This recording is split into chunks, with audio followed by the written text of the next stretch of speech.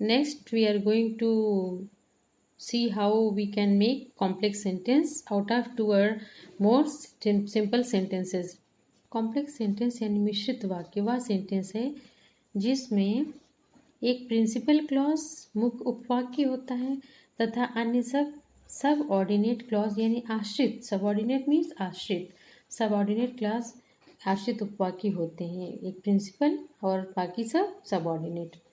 अब देखते हैं कि बेटा प्रिंसिपल क्लॉज तो सभी में होता है, अब हम कॉम्प्लेक्स बनाएंगे तो कैसे बनाएंगे। तो कॉम्प्लेक्स बनाने के लिए सबऑर्डिनेट क्लॉज का प्रयोग करना पड़ता है और ये सबऑर्डिनेट क्लॉज तीन प्रकार के होते हैं। Number 1 noun clause, 2 adjective clause and 3 adverb clause. देखिए number 1 noun clause.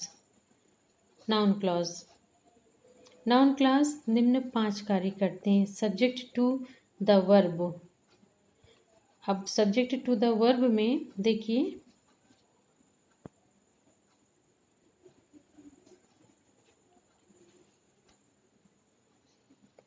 Subject to verb separate. You are a thief, it is known to all, यानी तुम थीफ हो ये सब जानते हैं।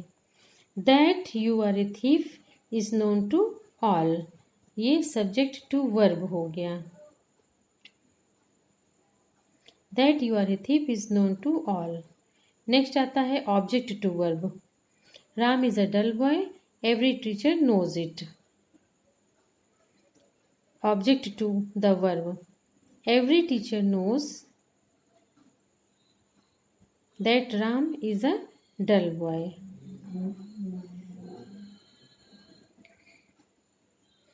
आपको बच्चों ये लग रहा होगा कि अब इसमें मैं कैसे समझूं कि सब्जेक्ट टू वर्ब क्या है और ऑब्जेक्ट टू वर्ब।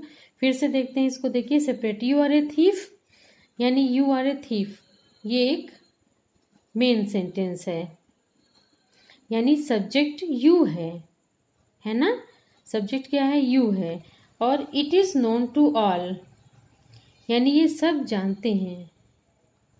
तो सब्जेक्ट टू वर्ब आपने किया that you are a thief, कि तुम एक चोर हो, इज नोन टू ऑल। ठीक है, सब्जेक्ट से वर्ब की तरफ हम गए हैं, सब्जेक्ट टू वर्ब, और इसमें ऑब्जेक्ट टू वर्ब गए हैं। Ram is a dull boy, every teacher knows it. तो अब ये ऑब्जेक्ट वाला पोर्शन है।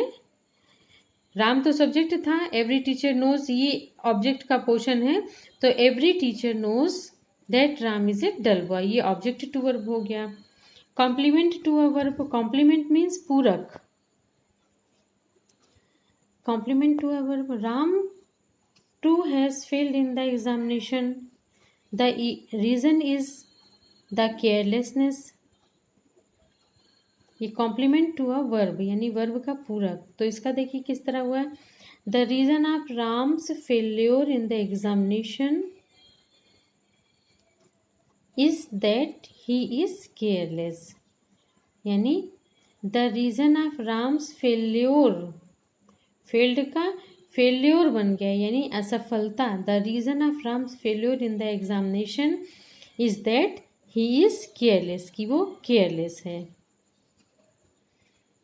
नेक्स्ट है ऑब्जेक्ट टू अ प्रीपोजिशन, यानी प्रीपोजिशन का ऑब्जेक्ट, प्रीपोजिशन का object. I told that yesterday you must relay on it. I told that yesterday यानी मैं ये कल बताया था, you must rely on it, तुम्हें इस पे विश्वास करना चाहिए।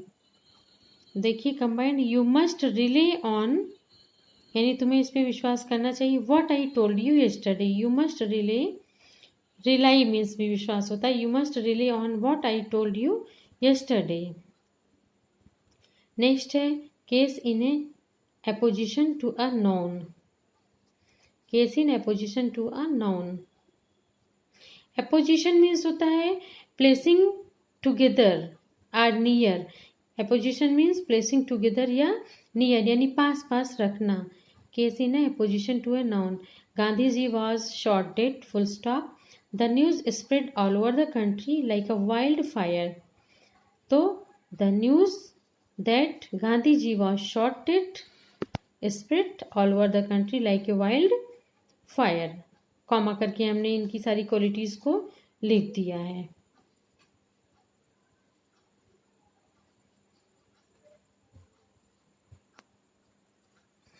देखिए, नाउन क्लास वाक्य में नाउन का कार्य करता है।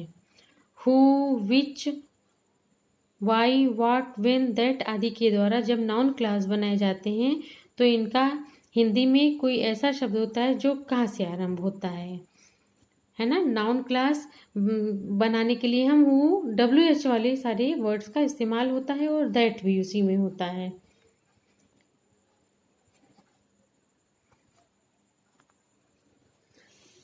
इसके लिए देखिए, ही does not know who is she,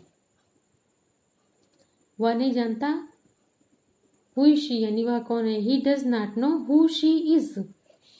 tell me where is she, tell me where she is. ठीक है, वेयर इज शी। तो अब आपने देखिए ये क्वेश्चन इंट्रोगेटिव वर्ड सेंटेंस है। Tell me where is she यानी वह कहाँ है। तो आपने जब इसे सिंपल बनाया है तो क्या किया है, ये रहेगा इंट्रोगेटिव बट सेंस तो इंट्रोगेशन का रहेगा, लेकिन ये वैसे इसकी फॉर्म जो है इंट्रोगेटिव नहीं रहेगी, क्वेश्चन मार्क नहीं रहेगा। जैसे tell me where is she, वह कहाँ है। Tell me where she is, मुझे बताओ वो है कहाँ। इस तरह हो जाएगा।